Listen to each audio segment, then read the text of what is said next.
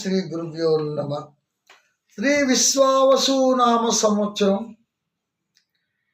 పుష్యమాసం జనవరి నెల 2026 నూతన ఆంగ్ల సంవత్సరాది మొదలుకొని సింహరాశి వారికి ఏ విధంగా ఉంది? సింహరాశి వారి చెప్పిన అంతకుముందు కూడా అదే చెప్తున్నాను. 18 నెలల కాలం అంటే 6 మాసాల కాలం. సంవత్సరం 6 మాసాల కాలం. సంవత్సరం అయిపోయింది, మరో 6 మాసాలు మాత్రం వీళ్ళు ఏముందంటే కొద్ది జాగ్రత్తలు అవసరము. ఎందుకంటే కేతు ఎటువంటి వాడు? మోక్షకారకుడు. రావు అయితే మొండోడు, కానీ మొండితనంతో కొంత కార్యక్రమాలు ఏదైనా చేస్తాడు. కానీ ఈ కేతు అనేవాడు ఏముందంటే మోక్షకారుడు. ఎప్పుడు నీరసంగా ఏదో పోగొట్టుకున్నటువంటి బాధతో వ్యర్థతో ఆలోచనతోనే ఉంటాడు. ఎంత సాధించినా ఇంకా సాధించాలి, ఎంత డబ్బులు ఉన్నా ఇంకా డబ్బులు కావాలి. అయితే అత్యాశలకు లోనవ్వకూడదు అని ఒకటి చెప్తాను. ఆశపడటం తప్పులే, ప్రతి మానవుడు ఆశపడవచ్చు. మన స్థాయి, మన నెత్తి మీద ఎంత బరువు పెట్టుకోవాలి అంతే బరువు పెట్టుకోవాలి. అంతగా దాటి బరువు పెట్టుకుంటే మన మెల్లన్నీ ఇరిగిపోతాయి. అలాగే ధనం కూడా మన స్థాయి తగ్గట్టుగా, అది ఎవడో కోటీసుడు అప్పటికు వేరుడు అంటే వాడి స్థాయి పెంచుకుంటూ, వాడికి బ్యాలెన్స్ చేసుకుంటూ, ప్రాపర్టీస్ పెంచుకుంటూ, దాని తగ్గ మనుషులు కూడా పెట్టుకుంటూ ఐదుకొని వచ్చాడు. మనం అంతటి వాడు అయిపోవాలనేది తప్పదు. అత్యాశ అంటారు. ఆశపడడం తప్పు లేదు. మనకున్న స్థాయి బట్టి కొద్దిగా ఆశపడడం, అంతకు మించి కొద్దిగా ఆశపడటం తప్పులేదు. అత్యాశకు పోతే ఆ మనిషి ఏమైపోతాడంటే ఉన్నదంతా పోతుంది.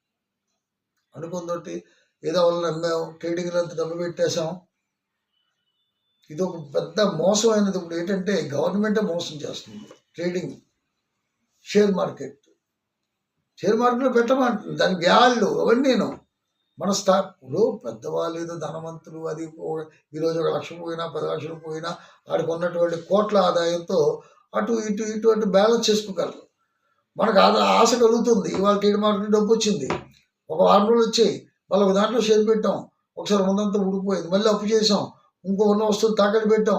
ఇలాగ జరిగి రోడ్డు మీద పతనమైనటువంటి వాళ్ళు కొల్లలో ఉన్నారు. వద్దన్న కాదు, అది మీ ఇష్టం. చెప్తే వినేవాళ్ళు ఎవరున్నారండి ఈ రోజుల్లో? చెప్పుకుంటూ వినేవాళ్ళు ఉన్నారు, ఎవరు వినరు. వాళ్ళకు ఉన్నటువంటి ప్రమేయం ప్రకారంగా, వాళ్ళకున్న ఆలోచన ప్రకారంగా దూసుకుంటూ పోవడమే అలవాటు. అందులో మొట్టమొదటి వారు ఈ కోవకు చెందినటువంటి సింహరాశి. ఎందుకంటే పవర్ఫుల్ రాశి. సింహరాశి అంటే సామాన్యమైన రాశి. కిందనే శరీరంగా నిర్మాతలు ఉన్నారు, చాలా దెబ్బతిన్నారు. ఇంతగా దెబ్బతినలేదు. ఎన్నోసార్లు చెప్పాను, అయ్యా జాగ్రత్త పడండి, తొందరపడకండి, మించిపోయిన రుణం తీసుకురాకండి. ఇప్పుడు సినీ నిర్మాతలు ఉన్నారంటే ఎంత కష్టపడుతున్నారు, ఎంత డబ్బులు ఎక్కడెక్కడి నుంచి ఫైనాన్స్ తీసుకొస్తున్నారు.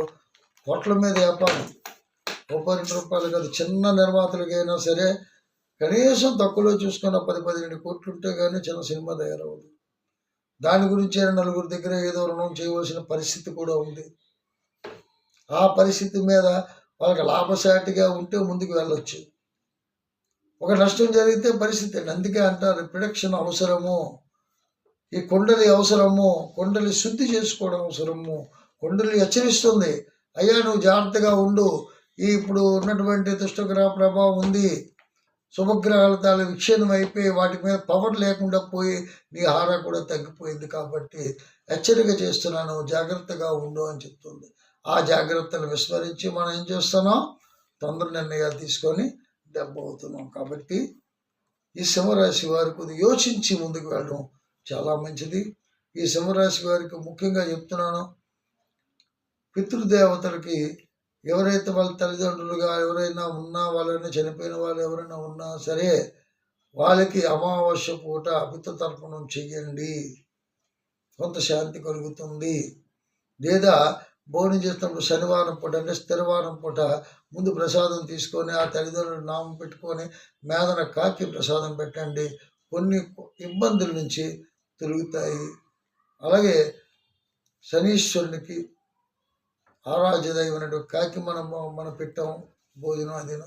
అలాగే శనీశ్వరుడు మన చేసుకోలేకపోయిన గుడికి వెళ్ళలేకపోయినా ఈశ్వరుడు గుడికి వెళ్ళి తైలాభిషేకం చేసుకున్న ఆ దోషం కొంత నివారణ అవుతుంది. కొద్దిగా జాగ్రత్తగా ఉండడం చాలా మంచిది.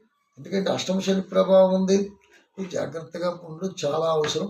మళ్ళీ ఎపిసోడ్తో ముందుకు వస్తే అంతవరకు సెలవు. ఓం శాంతి.